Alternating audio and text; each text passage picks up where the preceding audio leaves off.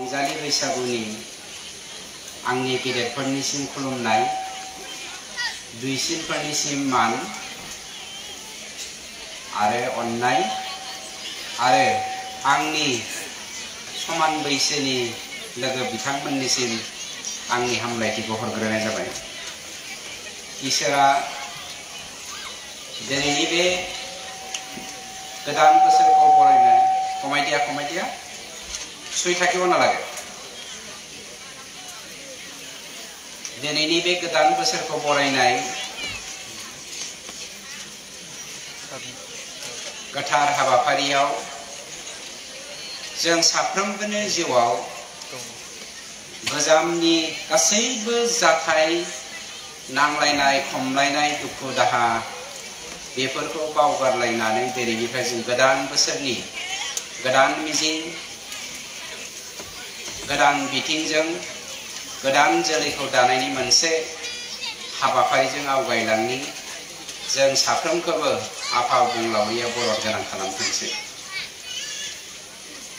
माइनाव फोथारनि दिनैनि बे राङिदारा माइनाव लाइब्रेरिनि खुंगा 50थि सनाथि मायथाइ रंजालि बैसागु फालिथाय, राङिदारा जौगा आफादनि 75थि बोसोरारि, राङिदारा अनसुलि आइजो आफादनि 58थि बोसोरारि आरो राङिदारा बाथौ धोरोम सिबिसालिनि 29थि बोसोरारि फालिथायखौ सामलायनाय मानाव गेदेर आफादगिरि नोंथां, बे हाबाफारियावनो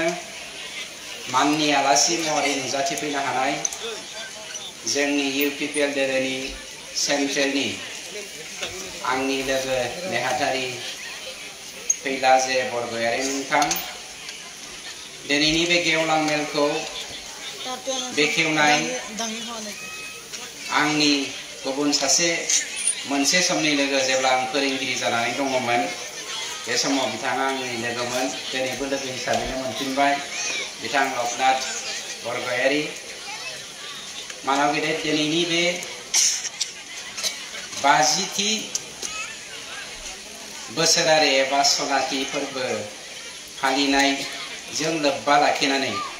जा लाइसि दिहुननाय, बे लाइसिखौ बेखेवनाय जोंनि बे राङिदारा हालामनि बा गामिनि माइनाव लाइब्रेरिनि गायसनगिरि आफादगिरि मानाव गेदेर बिथां, जौसाङाव जिरायनाय गुनि गियानि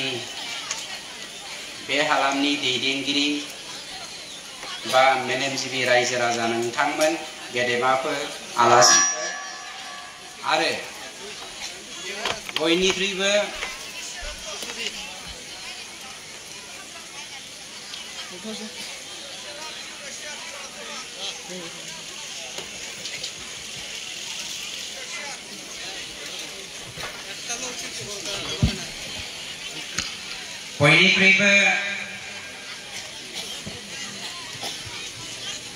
आंगोनिख्रुइबो आंगोसिन अनसुलि बिमा नोंथांमोन, सिबिजाथाव रायजो राजा नोंथांमोन, फरायसा लोगो नोंथांमोन, आं खोब गोजोननाय मोनदों बे हालामाव मानाव गेदेर जोंनि इउपिपिएल दोलोनि नेहाथारि फैलाजे बरगयारि बिथांनि दैदेननायाव दिनैजों आं गोबांबार बेरायफैबाय। सासे राजखान्थियाव लोब्बा थानाय सुबुं हिसाबै दावबायफैनाय बा राजखान्थिनि बाथ्रा बुंफैनाय,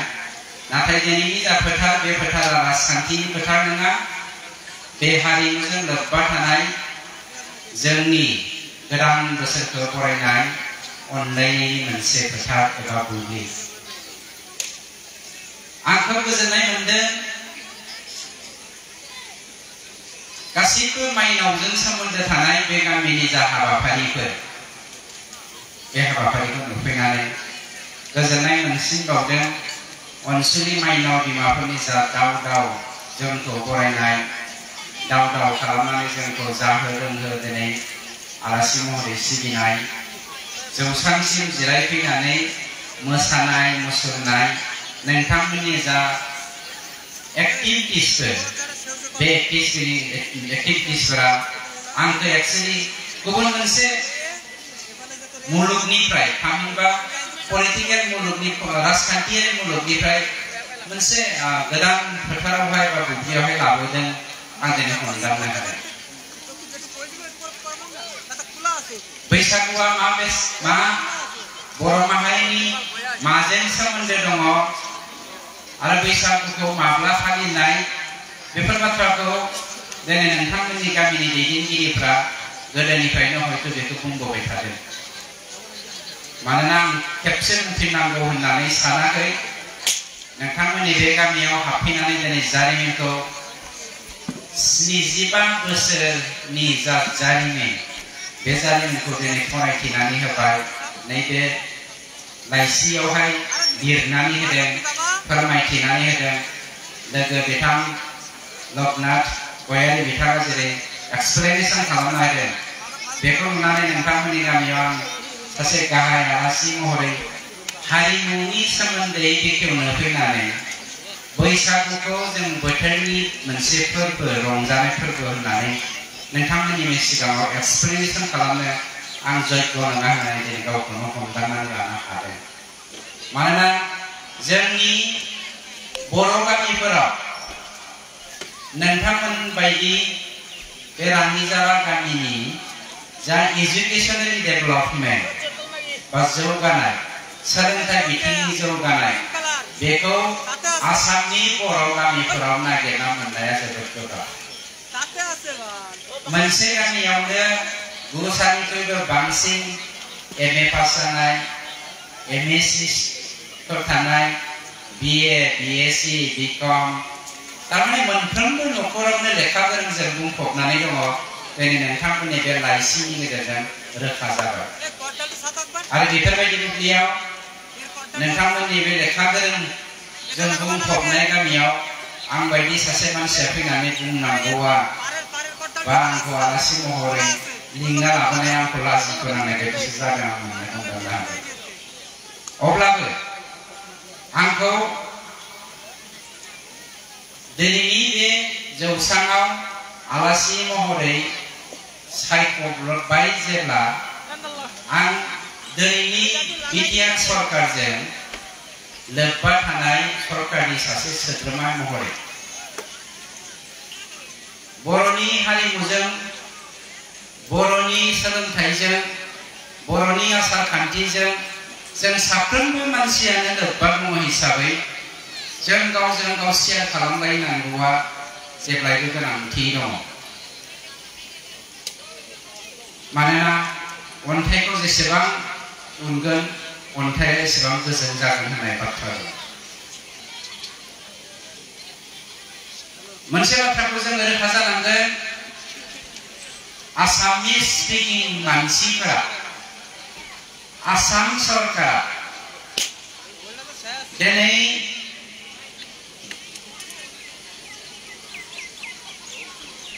सासे गोहोगोरा आसामनि राजखुंगुर लाचित बरफुकनखौ लानानै जेसेबां हांफ्ला सिफ्ला जादों, भारतनि जारिमिन बिजाबाव सलन्थाइमा, रामायण, महाभारत, गांब्रै बेद, 22टा उपनिषद बेफोरखौ लानानै जारिमिन मोनसे रुजुनाय एबा सुजुनायनि जेसेबां हांफ्ला सिफ्ला जादों आं हमदांदों, आंनि व्यक्तिगत मोन्दांथियाव हमदांनो हादों। बे बेलायाव जोंनि बर' हारिया एसे लेकिं जानानै दङ। जोङो बुङो जिसु ख्रीष्ट जोनोम जानायनि प्राय 5,000 बोसोरनि सिगांनिफ्रायनो जोंनि बे बुरलुंबुथुर जौयेनावहाय रायजो जाबोदों। अब्ला जोङो बेवहाय 7,000 बोसोरनिख्रुइबो बांसिन रायजो जाबोबाय बे हालामाव। बिनि हा, बिनि दै, बिनि बिफां लाइफां, बिनि बार गासैजोंबो जोंहा सोमोन्दो दङ। जायनि जाहोनाव बेदावनो होन, उपनिषदावनो होन, पुराणावनो होन बा सलन्थाइमायावनो होन, जों बर'फोरखौ किरात, असुर दानव गुबुन-गुबुन बुब्लियाव गुबुन-गुबुन मुं होनानै मख'बोदों। किरात होनोब्ला किरातनि ओंथिया जादों एम्फौ। जोङो हाग्रायावहाय मिथिंगाजों सोमोन्दो थानायखायनो जोङो उदां जायगायाव गुबुन उदाङै थानाय मानसिफोरजों बांद्राय सोमोन्दो लाखियैखायनो जोंखौ किरात होननानै बै समाव आर्यफोरा जोंखौ मख'बोदों एबा गावसिनि बिलाइफोराव लिरनानै दोनबोदों। थामहिनबा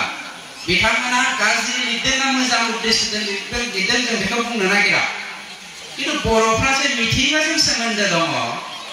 बेखौ जिसु ख्रीष्ट जोनोम जानायनि प्राय 3000 बोसोरनि सिगांनिफ्रायनो जेब्ला आर्यफ्रा जोंनि भारत हादरावहाय जोंनि आसाम हादराव बै समनि प्रागज्योतिषफोरा मोनसे समनि कामरुपावहाय फैनानै मख'लांदों। बेनिफ्राय रोखा जे जोङो आर्यफोर फैनायनि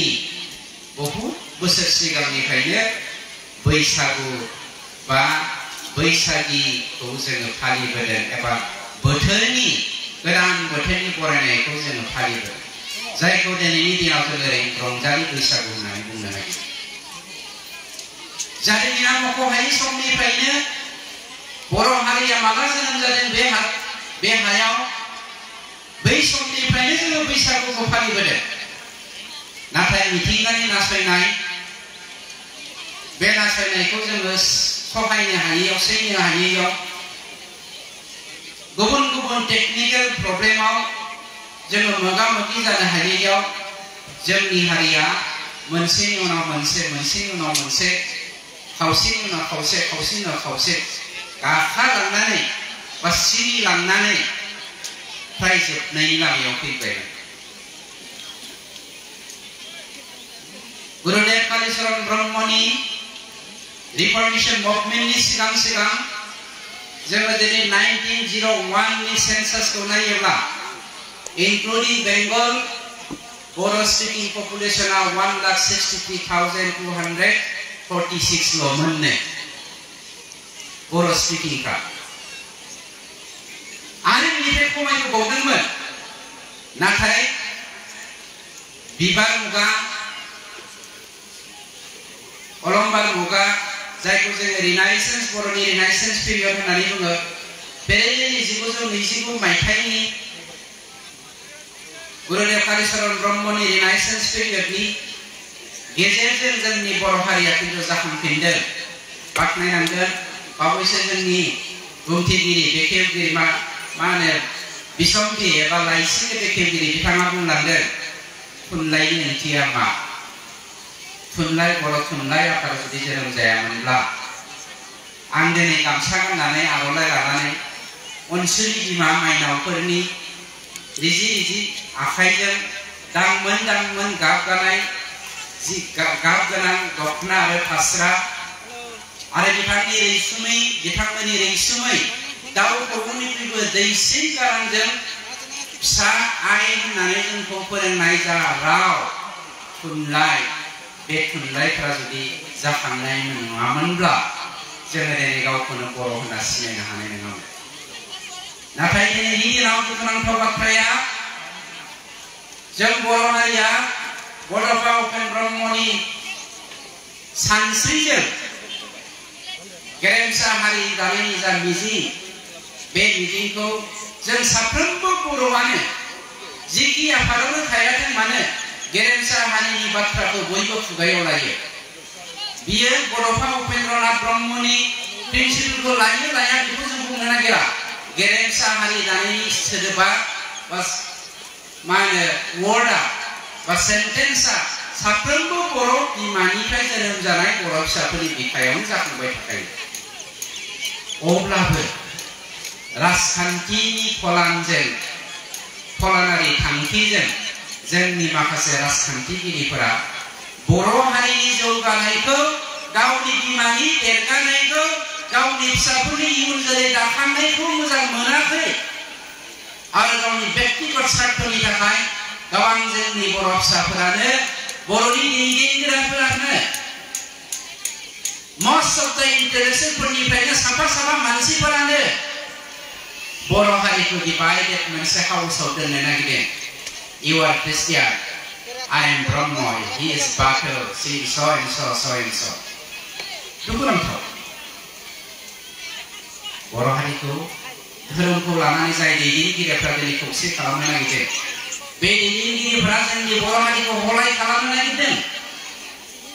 बेनिफ्राय जों सांग्रां जानांगोन मोनसेल' जोंनियाव खौसे जानायनि राहा दङ बे जादों अनसुलि बिमानि रैसुमै राव बर' राव अनसुलि बिमानि गावसिनि रुइथोब आखाइजों सोरजिनाय हारिमु आरो आसार खान्थि बेनि गेजेरजोंसो बर' हारिखौ खौसे खालामनो हागोन बेनिफ्राय एरखेनानै सोरबाया राजखान्थियारि खौसेथि लाबोनो नागिरदोंब्ला धोरोमारि खौसेथि लाबोनो थाखाय दैदेनगिरि जानो सोरजिनो नागिरदोंबा जानो नागिरदोंबा बेखौ जोङो बर' हारिखौ हलाय खालामग्रा बर' हारिनि सुथुर होननानैसो जों एक्सेप्ट खालामनांगोन सिबिजाथाव रायजो राजा नोंथांमोन दिनै गुबुन हारिया बर'नि हारिमुखौ सोलोंनानै बर'नि रावखौ हावलाद लांनानै सावरि बादालि बायदि बाहायनानै धोनि जानो थांगासिनो दङ जिसु ख्रीष्ट जोनोम जानायनि 1500 बोसोरनि सिगां प्राय श्री कृष्णआ जेब्ला जोंनि बर' राजकुमारी राजखुंग्रि रुक्मिणीखौ लानानै द्वारकायाव थांदोंमोन बै रुक्मिणीजों थांफानाय जोंनि माखासे बर' बिमाफोर बिथांमोना बर'नि हारिमुखौ खोला भारतावहाय फोसावहैदों आरो बिथांमोननि कालचारा दिनै बर'निख्रुइ जौसिन जानानै दङ जोङो जुदि 4th सेन्चुरि एडिनिफ्राय 11th सेन्चुरि एडिनि बर' जारिमिनखौ फरायो आसाम जारिमिनखौ जायखौ जोङो एन्सियेन्ट आसाम हिस्ट्रि होननानै बुङो बे पार्टिखौ फरायोब्ला जोङो नुनो मोनगोन जे जोंनि बर' आइजोखौ हाबा खालामनाय नेपालनि जयदेव सेकेन्डआ जाय राजखुंग्रिखौ हाबा खालामहैदोंमोन बे राजखुंग्रिया गावनि लांफानाय बर' सिख्लाफोरखौ बर' बिमाफोरजों लोगोसे हजोंहाय थांनानै नेपालावहाय बाथौ धोरोमखौ माबायदि खुलुमनांगौ गावनि जिउ जोबजासे बियो हिन्दु राजाजों हाबा जादोंबाबो बाथौ धोरोमखौ नागाराखैमोन आरो बर'नि हारिमुखौ नेपालफोरनि गेजेराव फोसावहैदोंमोन जायनि जाहोनाव दिनै बिथांमोननि माखासे मोनसे मोसानाया बर'नि बागुरुम्बाजों गोरोबो बर'नि सासे राजखुंग्रिखौ जेब्ला सासे जम्मु काश्मीरनि महाराजाया हाबा खालामहैदोंमोन बै बर' बिमाया थांनानै होजोंबो जोंनि हारिमुखौ फोसावहैदोंमोन बिथांमोननि हारिमुआ जौगानायनिफ्राय बेसेबांबा जौगालांबाय जोंनिफ्राय खारलांनानै खिन्थु जोंनि हारिमुआ जौगानो हायाखै केवल मात्र जोंनि दैदेनगिरिफोरनि नासयनायनि थाखाय रावबो समाजनि जोंनि बर' समाजनि गाहाय थाखोनि मानसिफोरा एनायनि गैया जोंनि दैदेनगिरिफोरा एनायनि थाखायनो दिनै जोंनि बर' हारिमुआबो जौगानो हायाखै दिनै मानबिलास प्रमद बर' बिथांनि बानजायनायाव दैदेननायाव 34 years बड'लेण्ड गभर्नमेन्ट एनडिपिनि दैदेननायाव बड'फा उपेन्द्रनाथ ब्रह्मनि सानस्रिजों बड'लेण्ड गभर्नमेन्ट खालामनायाव जों बेसेबां मुंख्लं खालामनांदों बेफोरखौ दोनथ'नानै जोङो गुबुन मोनसे रोखोमजों गेरेमसा हारि दानायनि थाखाय लामा लानो होननानै सोलोंथाइ बिथिंखौ जौगाहोनो थांगासिनो दङ जायनि जाहोनाव सुपार 50 फ्री आईएएस कोचिं सुपार 50 फ्री जायफ्रा डक्टर इन्जिनियार फरायनायनि थाखाय फ्री कोचिं मोननाय बेखौ होदों बेखौ जोंनि अपोजिशन पार्टिया दिनै सोंखारि मानो बेफोराव थाखा गारदों होननानै थांनाय बोसोराव जोंनियाव 32 साल' जोंखौ बारा फोथायाखैमोन प्रमद बर' बिथांखौ बारा फोथायाखै है फाग्ला मा फ्रि कोचिं बेलाय 11 मास फ्रि कोचिं होनायखौ माने एक्सेप्ट खालामा कोचिं होनाय बुस्थुखौ टिकेबा लाबोआखैमोन बे समाव 17 बोसोर मावनायनि उनावबो प्रमाण गैया बिथांमोना दाखालि होनदों खाम्फाया जों होदोंमोन होननानै वाट इज योर प्रुफ जों होदों आसनि खालामदों जोङो आरो बे 32 जों 32नि गेजेराव 32 फरायसा मोनदों बे 32नि गेजेराव 26 साया दाखालि इन्जिनियार डक्टराव एडमिशन मोनदों बे 32नि गेजेराव सुपार 50 दाखालि जोङो दिल्लीयावहाय 11 मान्थनि थाखाय जोङो 50 सा माबा हरदोंमोन फाथाय हरदोंमोन फ्रि कचिं 3 कोटि थाखा गारनानै 40 सा बेवहाय थादों सासेया फैफिनदों गावनि टेक्निकल माने फिजिकल प्रब्लेमनि थाखाय बे 40 सानिफ्राय दाखालि बिथांमोना एसएस एग्जाम होनो फैदों एसएस एग्जामनि एसएस एग्जामनि मेइन एग्जामावहाय 37 ना 30 सामोन 30 साना 30 सा एपिआर जादों बिनिनो 27 साया पास जादों आरो जों एसुरेन्स होदों बे जाय आईएएस सुपार 50 फ्रि कचिं लाहैदों दिल्लीयाव बिथांमोननिफ्राय साथाम नङाबा साबा either he will be IPS or IFS Indian Forest Service होनाखै Forest Service फैनो हागौ नहयथ' IAS फैनो हागौ होननानै बुंदों बोसोरसेयाव जों जुदि साथामनिफ्राय साबा IAS जोंनिफ्राय सृष्टि खालामनो हायोब्ला IPS जों जुदि सृष्टि खालामनो हायोब्ला जोंनि जानोनि फिसाफोरखौ नखरफोरनि फिसाफोरखौ जोङो दिल्लीयाव फ्रि कचिं हरदों बिथांमोननिफ्राय जुदि गिदिर गिदिर अफिसार फैयोब्ला आं व्यक्तिगत भाबै बर'लेण्ड गभर्नमेन्टनि एगेन्स्ट होननानै बुङा हाग्रामाया दिल्लीयाव पावाराव थादोंमोन बिथांमोना बुंदोंमोन मात्र पलिटिकेल सार्टनि थाखाय आबसु मुभमेन्ट एनडिपि मुभमेन्टखौ जों सापर्ट खालामा वी डोन्ट वान्ट बड'लेण्ड होननानै बुंदोंमोन खिन्थु आं सापर्ट खालामो खिन्थु दिनैनि जोंनि सरकारा आर्म्स लानानै बा डेम'क्रेटिक मुभमेन्टखौ जों खालामनो नागिराखै इन्टेलेक्चुवेलि जोङो जेरै बर'लेण्ड मुभमेन्ट मोननायनि थाखाय जोङो खामानि मावनो नागिरदों वी वान्ट बर'लेण्ड बेसो जोंनि थांखि जेखियानो जायाथों दिनै जोंनि बे राङिजरा हालामनि सिबिजाथाव रायजो राजा आरो अनसुलि माइनाव बिमा नोंथांमोन जौसाङाव जिरायनाय मानगोनां मेलेमजिबि दैदेनगिरि नोंथांमोन आं मोनसे बाथ्राखौसो बुंनो नागिरदों थांनाय 17 बोसोराव बा 17 बोसोरनि सिगां 2003 मायथाइयाव जोंनि बर'फोरनो गावनि गाव खुंथायनि राहाखौ होदोंमोन 40टा डिपार्टमेन्टखौ आलादा खालामनानै बिथांमोननो ट्रेन्सफार सार्टिफिकेट होनाय जादों जोंनो होनाय जादों हायानो जोंनि गासैनिबो गुदिखाय एनडिपि मुभमेन्टआबो हानि थाखायनो आबसुनि मुभमेन्टआबो हानि थाखायनो बिएलटिनि मुभमेन्टआबो हानि थाखायनो बै समनि भलन्टियार मुभमेन्टआबो हानि थाखायनोमोन खिन्थु 17 बोसोर बिथांमोना गावनि मोनथायखौ मावना लानांगौनि मोनसेयावबो मावनानै लानो रोङाखिसै मावनानै होनो रोङाखिसै बे दुखुनांथाव इभेन 2008 मायथाइयाव दहायसो आङो जोंनि बे हालामनि मोनथाम फरेस्ट एरियानि मा होनोमोनलाय मा कमिटि होनोमोन एफआरसि फरेस्ट राइट कमिटिनि जा दैदेनगिरि बिथांमोनजों सावरायदों मानव बिलाइ जोंनि फैलाजय बरगयारि बिथांनि न'आव जोंनि बे गामिया 75 इयार्स जाबाय नम्बाथिया जोंनि वाइल्ड जोनोम जानाया 75 इयार्स जायाखै नेशनेल पार्क जानाया 70 इयार्स जायाखै कुइसना फैदों जों गामिया माबोरै वाइल्ड लाइफआव हाबखो नङा होमबा जों गामिया माबोरै नेशनेल पार्कआव हाबखो जों गामिया सेकेन्ड डिभिजन 2008 आव थाखानाय मियादि पाट्टा गोनां रेभिनिउ गामियाबो नेशनेल पार्कआव हाबदों बिटिआरनि समाव जों इसेबां स्टुपिड ना बर' हारिया आं स्टुपिड बर' हारियाखौ स्टुपिड बायदि मावना होनाय माने आं गावनो स्टुपिड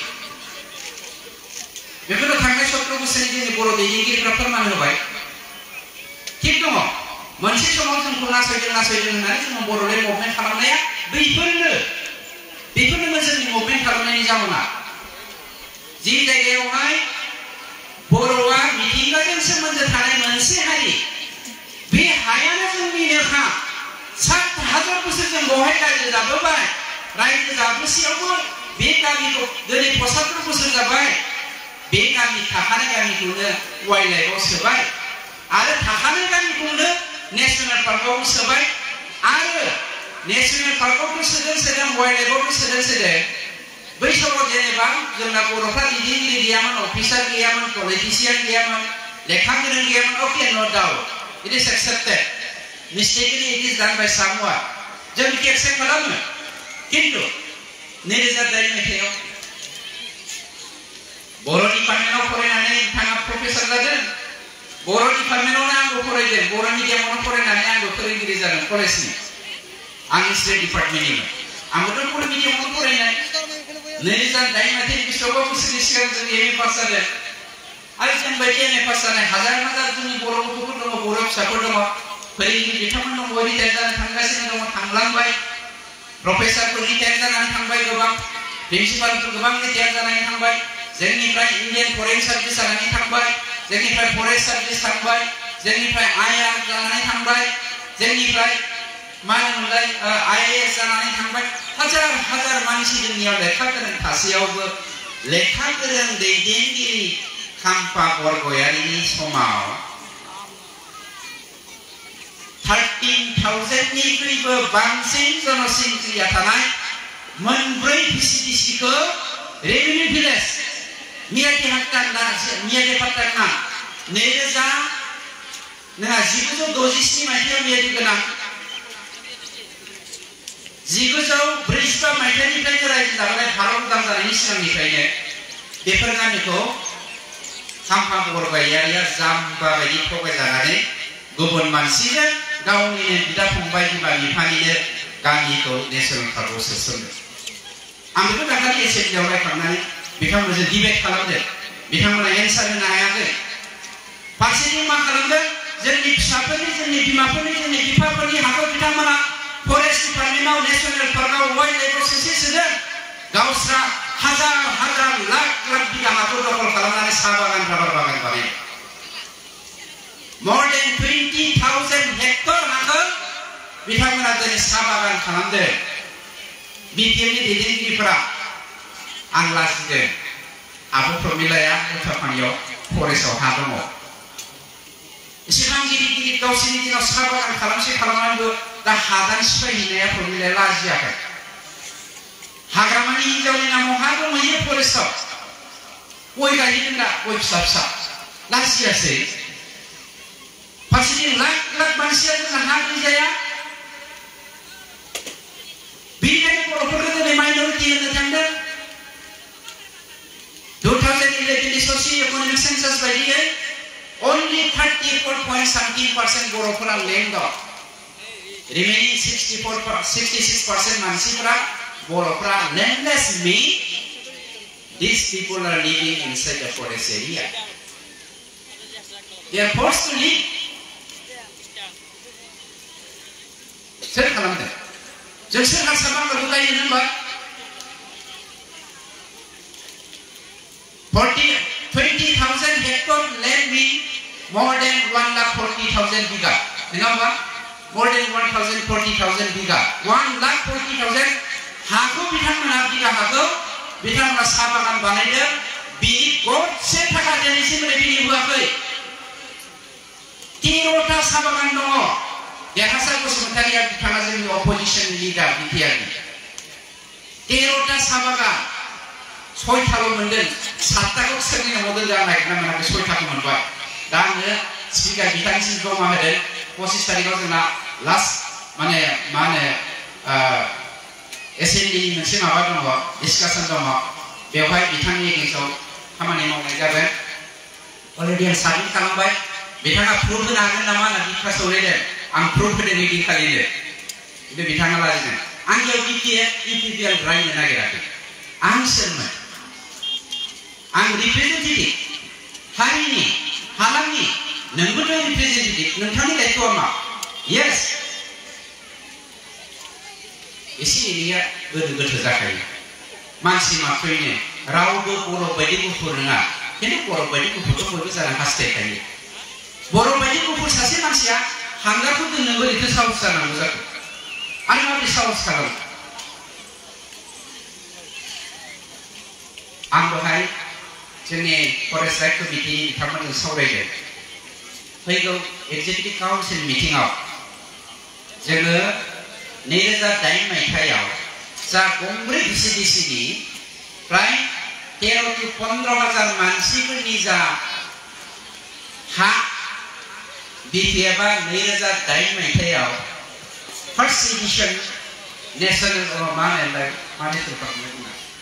मानास नेशनेल पार्कआव सोदों बिथांमोनखौ जोंनि EC मिटिंआव पास खालामनानै दानफिननानै होनो नागिरबाय आरो बेवहाय जोङो रायजो राजानि सावरायनांगोन ना बिटिएफआथ' जोंखौ बखिखागोन आं कुइसना बिसो जादों आंनावबो दा मोनसे रायमना नेशनेल पार्कखौ जोंनि दिनावनो बानायदों मानागिरि चिफ सार दानि चिफ मिनिस्टार बिथांमोननि प्रेजेन्टआवनो जोङो रायमना नेशनेल पार्कखौ बानायबाय माखासे एजेन्टफोरा first edition inclusion of some remaining part of nearby रायमना नेशनेल पार्क होननानै बेखौ सोदेरनो नागिरदों बेखौ सोनाय लोगो लोगो प्राय 25टा बर' गामिया हाबफायो आंखौ एप्रुभ खालामनो फैदों ओमफ्राय आं स्टाडि खालामदों व्हाट इज दिस आरो बियो बेफोरबायदि हाउ इज इट पसिबल माबोरै जाथाव दाखालिसो नेशनेल पार्क जादों आरो बे दिनैसिम माबाया डेभेलपमेन्टनि खामानिखौनो मावजेननो मोनाखै फार्स्ट एडिशन हिसाबै जोङो बेखिनि खामानिखौ सोनांगौबा थाखानाय मानसिफोरखौ जों बोरै होखागोन बिथांमोना 2006 मायथाइनि सिगांनिफ्रायनो थानाय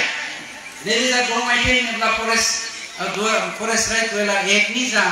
नियम बे नियम बायदि जों हानि मोनथायखौ बयनोबो होनांगौ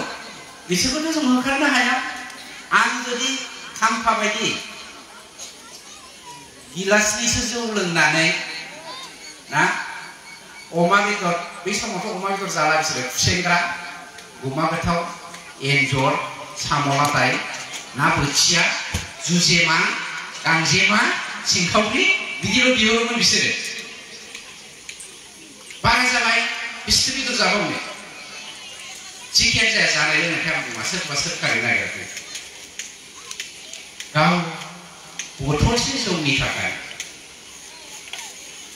फुवासे जुजेमानि थाखाय बा एन्जर गोरान सेरसेनि थाखाय जानानै लोंनानै फेनानै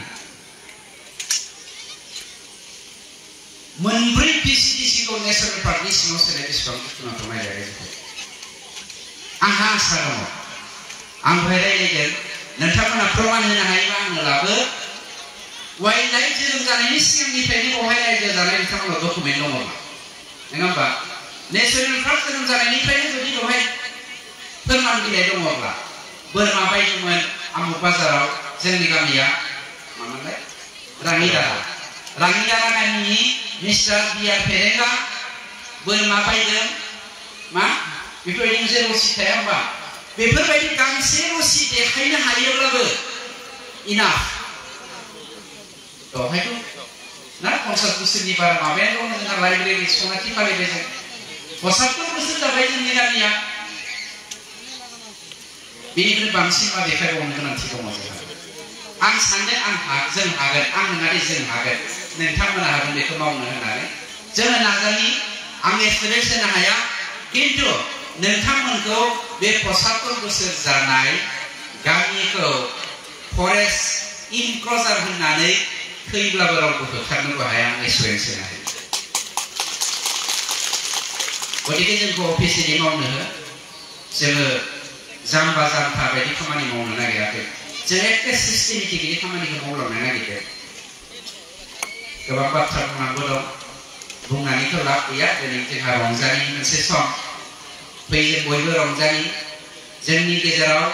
सोरबा दैदेनगिरिया सोरबा लुबैसना फलाना सोरबा मेगन गोसाया जोंनि बिमानि जा हारिमु बेसेबांबा समायना हारिमु जायखौ इउएन साना गोबां समायनाथार होननानै बाख्नायना गालांबाय बेफोरबायदि हारिमुखौ फोजोबनायनिफ्राय जोंनि गेजेराव कुनु धोरोमनि फारागथि लाबोआलासिनो ख्रिस्टान ब्रह्म बाथौ सत्संग कृष्ण गुरु कुनु डिफारेन्सिएसन लाबोआलासिनो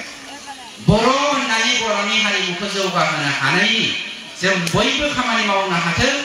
इसोरा जोंखौ आशीर्बाद गोनां खालामदों बेफोरबायदि मिजिं खालामनानै खृष्टानाव आंनि गेदेरफोरनिसिम खुलुमनाय जासिहरनानै आंनिख्रुइ दुइसिनफोरनिसिम आंनि अननाय हरनानै आंनि लोगोफोरनिसिम हामलायथि हरनानै आंनि बिबुंथिखौ फोजोबबाय। गोजोन्थों।